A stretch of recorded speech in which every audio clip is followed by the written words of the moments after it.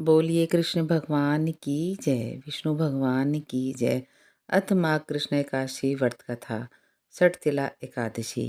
एक समय दालाभ्य ऋषि ने पुलस्त्य ऋषि से पूछा कि महाराज, पृथ्वीलोक के मनुष्य ब्रह्मा हत्या आदि महान पाप करते हैं, प्राय धन की चोरी तथा दूसरे की उन्नति को देखकर ईर्ष्या करते हैं, साथ ही अनेक प्रकार के व्यसनों में फंसे रहते हैं, फिर भी उनको नरक प्राप्त नहीं होता। इसका क्या कारण है? वह न जाने कौन सा दान पुण्य करते हैं जिससे उनके पाप नष्ट हो जाते हैं। यह सब कृपया पूर्वक आप कहिए। पुलस्त्य मुनि कहने लगी कि हे महाभाग, आपने मुझसे अत्यंत गंभीर प्रश्न पूछा है। इससे संसार के जीवों का अत्यंत भला होगा। इस भेद को ब्रह्मा, विष्णु, रुद्र तथा इंद्र आदि भी नहीं जानते, परंतु मैं आपको यह गुप्त तत्व अवश्य बताऊंगा। माघ मास के लगते ही मनुष्यों को स्नान आदि करके शुद्ध रहना चाहिए और इंद्रियों को वश में करके तथा काम, क्रोध, लोभ, मोह, अहंकार, ईर्ष्या और द्वेष आदि को त्याग कर भगवान का स्मरण करना चाहिए। पुण्य नक्षत्र में गोबर, कपास, तिल मिलाकर उनके कंडे बनाने चाहिए। उन कंडों से 108 बार हवन करना चाहिए और इस दिन मूल नक्षत्र और एकादशी तिथि हो तो अच्छे पुण्य देने वाले नियमों को ग्रहण करें। स्नान आदि नित्य क्रिया से निवृत्त होकर सब देवताओं के देव श्री भगवान का पूजन कर और एकादशी का व्रत धारण करके रात्रि जागरण करना चाहिए। उसके दूसरे दिन धूप, दीप, नैवेद्य आदि से भगवान का पूजन करके खिचड़ी का भोग लगावें। तत्पश्चात पेठा, नारियल, सीताफल या सुपारी सहित अर्घ्य देकर स्तुति करनी चाहिए। भगवान, आप जिन्हों को शरण देने वाले हैं, इस संसार सागर में फंसे हुए को उद्धार करने वाले हैं। हे पुंडरीकाक्ष, हे विश्वभावन, हे सुब्रह्मण्य, हे पूर्वज, हे जगतपते, आप लक्ष्मी सहित इस तुच्छ अर्घ्य को ग्रहण करें। इसके पश्चात जल से भरा हुआ कुंभ घड़ा ब्राह्मण को दान करें और तथा ब्राह्मण को शाम को और पात्र भी दान देना उत्तम है। तिल स्नान और भोजन दोनों ही श्रेष्ठ हैं। इस प्रकार जो मनुष्य जितने तिलों का दान करता है उतने 1000 वर्ष स्वर्ग में वास करता है। तिल स्नान, तिल का उबटन, तिल का हवन, तिल का तर्पण, तिल का भोजन और 6 तिलों को दान, ये तिल के 6 प्रकार के प्रयोग होने के कारण यह सठ तिला एकादशी कहलाती है। इस व्रत के करने से अनेक प्रकार के पाप नष्ट हो जाते हैं। इतनी कथा कहकर पुलस्त्य ऋषि कहने लगी कि अब मैं इस सठतिला एकादशी की कथा तुमसे कहता हूँ। एक समय नारद जी ने भगवान विष्णु से यही प्रश्न किया था और भगवान ने जो सठतिला एकादशी का महात्म्य नारद जी से कहा, सो मैं तुमसे कहता हूँ। नारद जी कहने लगे कि हे भगवान, सठतिला एकादशी का क्या पुण्य होता है और इसकी क्या कथा है, सो मुझसे कहिए। भगवान कहने लगे कि हे नारद, मैं तुमसे आंखों देखी सत्य घटना कहता हूँ, तुम ध्यानपूर्वक सुनो। प्राचीन काल में मृत्युलोक में एक ब्राह्मणी रहती थी। वह सदैव व्रत करती रहती। इससे उसका शरीर अत्यंत दुर्बल हो गया। यद्यपि वह अत्यंत बुद्धिमान थी, तथापि उसने कभी देवताओं या ब्राह्मणों के निमित्त अन्न या धन का दान नहीं किया था।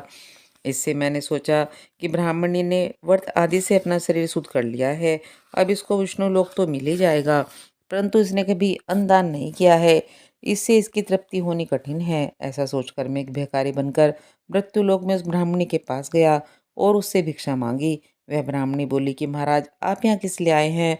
मैंने कहा कि मुझे भिक्षा चाहिए। इस पर उसने एक मिट्टी का ढेला मेरे भिक्षा पात्र में डाल दिया। मैं उसे लेकर स्वर्ग में लौट आया। कुछ दिन समय पश्चात वह ब्राह्मणी भी शरीर त्याग कर स्वर्ग में आ गई। उस ब्राह्मणी को मिट्टी का दान करने से स्वर्ग में सुंदर महल मिला, परंतु उसने घर को अनादि सब सामग्रियों से शून्य पाया। घबराकर वह मेरे पास आई और कहने लगी कि हे भगवान, मैंने अनेकों व्रतों आदि से आपकी पूजा की, परंतु फिर भी मेरा घर अनादि सब वस्तु से शून्य है। इसका क्या कारण है? मैंने कहा कि पहले तुम अपने घर जाओ, वहाँ देवी स्त्रियां तुम्हें देखने के लिए आएंगी। पहले उनसे सठतिल एकादशी का पुण्य और विधि सुन लेना, तब द्वार खोलना। मेरे वचन सुनकर वह अपने घर गई। जब देवी स्त्रियां आई और द्वार खोलने के लिए कहा, तो ब्राह्मणी बोली कि आप मुझे देखने के लिए आई हैं, तो सठतिला एकादशी का महात्म्य कहिए। उनमें से एक देवी स्त्री कहने लगी कि मैं कहती हूँ। जब ब्राह्मणी ने सठतिला एकादशी का महात्म्य सुन लिया, तब उसने द्वार खोला। देवगणों ने उसको देखा कि न तो वह गांधर्वी है, न आसुरी है, वरन पहले जैसी मानुसी है।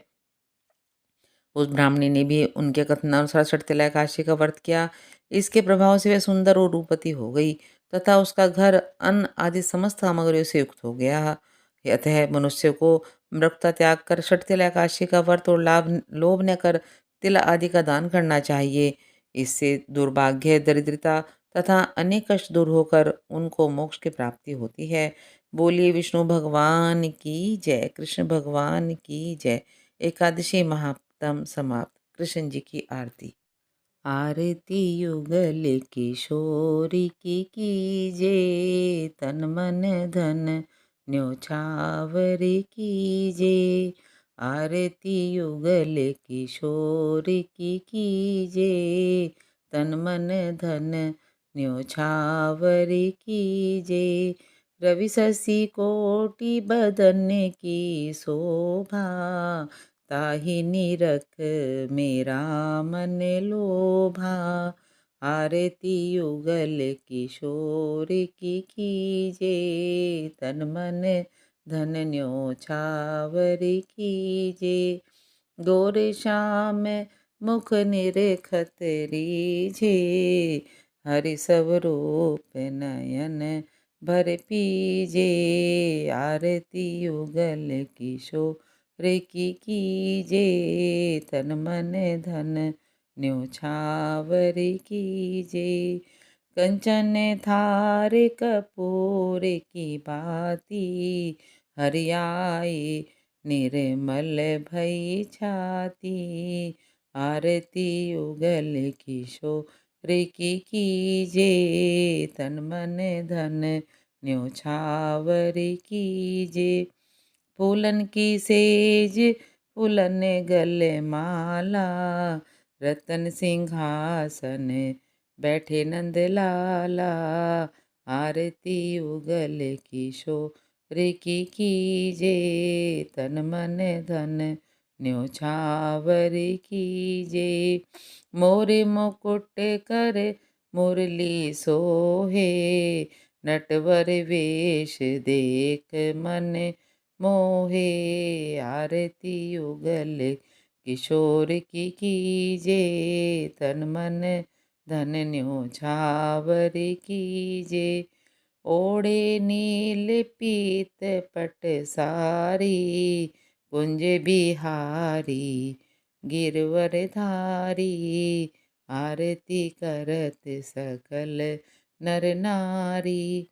आरती युगल किशोर की कीजे, तन मन धन न्योछावर कीजे। नंद नंदन वृषभानु किशोरी, परमानंद प्रभु अविचल जोरी। आरती युगल किशोर की कीजे, तन मन धन न्योछावर कीजे। बोलिए कृष्ण भगवान की जय, विष्णु भगवान की जय। एकादशी महात्म समाप्त।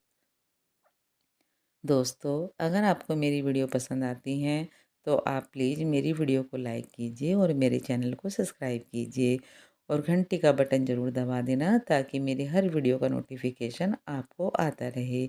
जय श्री कृष्णा। बोलिए सच्चे दरबार की जय, विष्णु भगवान की जय।